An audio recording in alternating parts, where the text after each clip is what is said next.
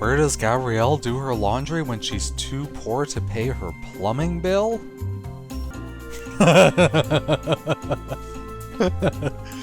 Yay! For some people, tragedy creates a burden too overwhelming to bear. And while mourning may provide relief for many of us, for others, it does nothing to alleviate their pain and suffering. In Frank Fox's case, it only fuels his rage toward the people who committed this heinous act. And we run the risk of watching one tragedy quickly lead into another. Welcome back, Internet people. My name is Ryan. We're playing Desperate May I speak with you for a Housewives, and moment? it's so sad! Oh wait, no, I'll bang the cop, and then it won't be so sad. Oh, you don't need the missus, just call me Blanca. Sure. Well, as I'm sure you're well aware, there's an ongoing investigation into Daniel Fox's murder. It's so unfortunate. We haven't had much success getting information on the perps. If you're interested in getting the details, the officer on post at the Fox house should be able to fill you in. Is that some kind of sex thing? Him filling me in? Who knows? Maybe you'll be able to help us out. Okay, I'll do what I can. Sorry to bother you, but I need to talk to you about something. Oh? Oh? Daniel became a part of our little group, our clique. This tragedy is affecting all of us. I miss him so much. He was such a sweet man. In honor of Daniel, I'm putting together a little get-together around 7 tonight. Are you shitting me right now, Bree? Someone died and your first thought is, oh, I could throw a little shindig. I could show off my hosting skills, and I won't even have to fucking fight with him over canopies or something? Cannolis? I don't know. What's a small food item? Canopies? Is that even a thing? To be honest, you seem to be taking it better than the rest of us. But I'm picking the sad dialogue option like every time. I'd really like you to be there. Well, I can try, but what would I do? People just seem to listen to you. I think they find you to be a soothing presence. Oh, okay. If you say so, Bree. You can do one of two things. Talk everyone through their feelings of loss. Or pour some stiff drink so we can forget about it for a few hours. Personally, I think overt emotional displays are crass, but Susan thought it was a good idea. By the way, we all made a pact to wear the dresses that Daniel created for us for the fashion show. I assume you'll join us? Of course, Bree. That sounds like a nice gesture. We would all appreciate whatever you can do to help. I like how they're all really happy goodbyes, but this one's like, whatever, Bree.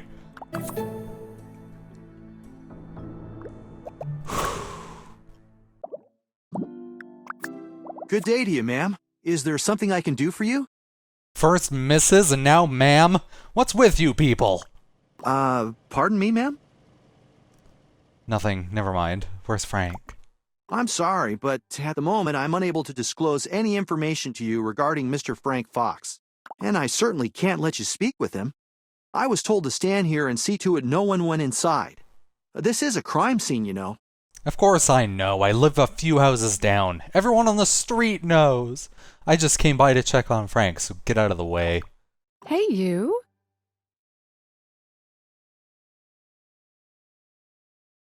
Hey, Edie. I had to wait until you had walked all the way over here. You seem pretty lively. What's up? I've been running around like a chicken with his head cut off lately. Why's that? Let's just say the whole murder in the neighborhood thing isn't exactly a boon for the real estate business.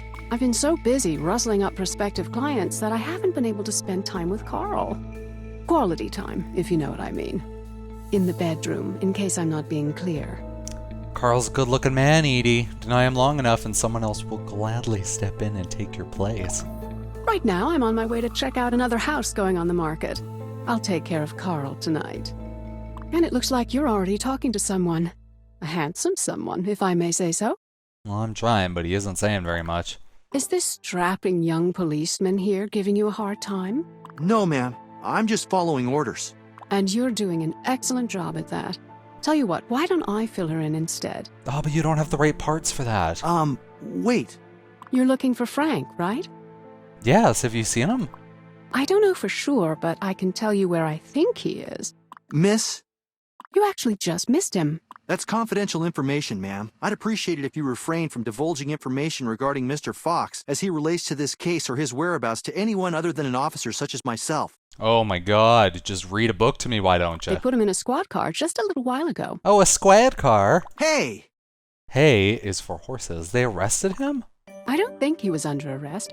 Officer Friendly here didn't even put handcuffs on him. He did let me play with him, though. Frank wasn't even there when it happened. Besides, Officer Kyle's not the type to manhandle a perp.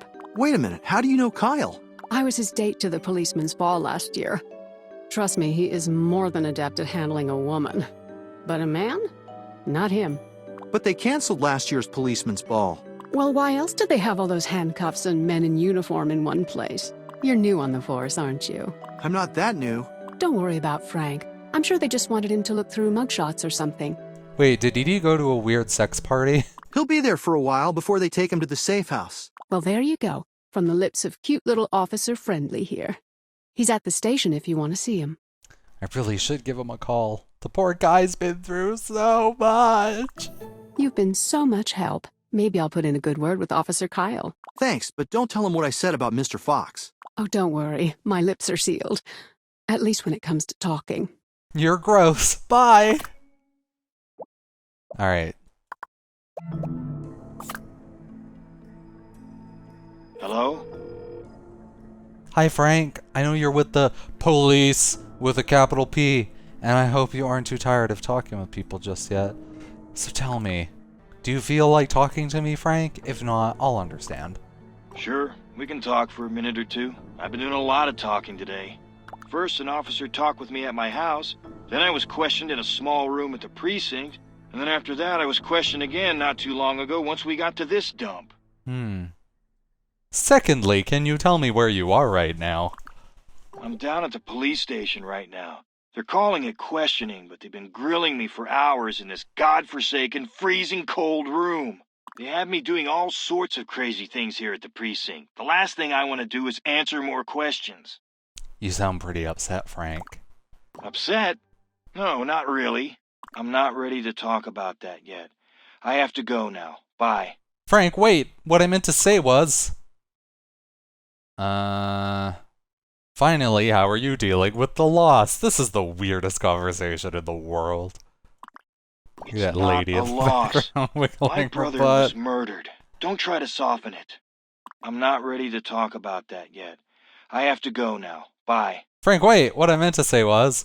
Okay, then I guess that means you don't want to tell me what you're doing right now. They just finished questioning me. Now they're taking me somewhere else for my safety, which sounds like a load of bull, but whatever. We're headed to a safe house. I've been told that I'm not supposed to talk about it, but they can all go to hell for all I care. And if that bothers them, tough. On a day like this, I have the right to be a little pissed off. I don't know which one of these things continues the dialogue tree. I guess this one's more like a dialogue bush. Right now, I just want to get out of this place. These cops are making me nervous. I respect cops and all, but it's starting to make me feel like I've done something wrong. My brother was the goddamn victim here. Protect and serve my ass. The loss, right. I'm holding up all right. Right now, I'm just taking it day to day. There really isn't anything I can do from here. Personally, I think we need to get to the bottom of this. What do you mean? I was talking with an officer earlier. Apparently the police with a capital P don't have any real leads. I think we should take it upon ourselves to figure out what happened. If you think you can, then do it. What a terrible idea, Blogga Lewis. I'd like to help, but it looks like I'll be stuck in some seedy motel somewhere watching the boob tube. Come on, Frank. Keep it together. Oh, right. So, you're gonna need to do some legwork if you plan on finding anything out. If you have any way of finding out what the cops actually know, that would be a start. Actually, yes, I do. There's a rookie cop with a big mouth that's supposed to be guarding your house, who I am also having this phone call directly in front of. I can make them talk. Sounds like a plan. Get as much information as you can. We'll figure something out from there. People like talking to you, so it shouldn't be hard. And keep me updated. If I'm in the loop with this whole thing, I won't be going stir-crazy in here. Okay. Hang in there, Frank. Good day to you, ma'am. Is there something I can do for you? Yes. Let's talk. You'll have to make it quick, though. I don't want to get distracted. Good. That's what I had planned. How would you respond if someone you knew had been murdered? I'll answer your question the best way I know how. I think that the recent happenings have gotten a lot of Fairview residents a bit shaken up, but that's to be expected. Seems like to me you're just standing here doing a lot of protecting, but not a lot of serving. Didn't you take an oath? Fine then. In a perfect world, what would you have us do? Just let us know some of the facts to put our mind at ease about Daniel's last moments on Earth. I can't really do that. The chief would have my hide if he found out I told anyone. Damn the chief. What do you think you should do? Listen, I'll tell you what I know, but you have to keep it between you and me. Ooh, now you're talking. The murder occurred at 11 p.m. on the night in question. On that same night, 2 suspicious persons were seen milling about the area. 2 sets of fingerprints were found at the Fox household, and here's the kicker. There are 2 convicted felons living on Wisteria Lane at this very moment. Carlos Delfino and Michael Solis. I think you mean Carlos Solis and... oh. Well, this is what I think happened.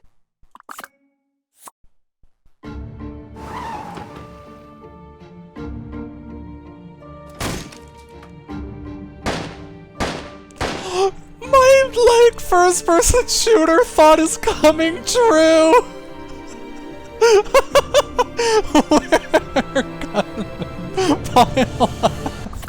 But keep that under your hat if you know what I mean. Yay! Will do. Thanks, officer. You've been a lot of help. Oh, it's no problem. I'm just doing what I think is right. Interesting. Very, very interesting.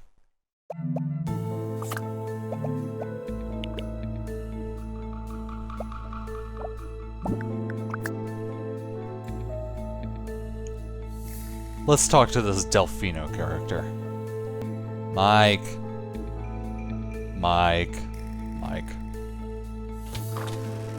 Hey there. What's going on? I'll cut to the chase with you, Mike. I need some answers.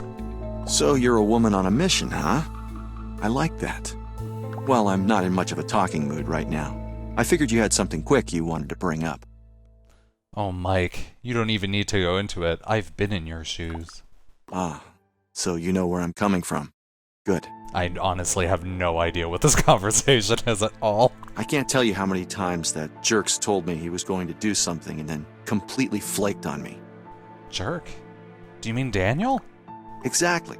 Like just the other day, Mr. Famous Fashion Designer asked me to stop by and look at a leaky faucet at his place. I had some things planned that day, but I decided to be a good neighbor and make time for him. Granted, it wasn't until later in the day that I came by, but still, I was doing him a favor. It's only common courtesy that he's around when I stop by. When I called ahead to check and see if he'd let me in, he's not home. Then Susan called me up and invited me over for an early supper. Since I figured Daniel would call at any minute and rescue me from Susan's chattering, I agreed to have dinner with Julie and Susan. So, what you're telling me is you're anti-Susan. Mike did it. Dinner became dessert, became coffee. No call from Daniel. By the time I was able to escape, it was pretty late. I figured Daniel would call to apologize the next day. Mike, about when did that happen? We spoke in the morning, but I didn't get a hold of him for the rest of the day. But nothing since. Not on my cell phone, and nothing since I'm back in town. It's like he just dropped off the face of the earth, which is a bit of a relief, because he's such a pain in the butt. But I know he's gonna call. He always does. Probably just when I'm about to fall asleep tonight.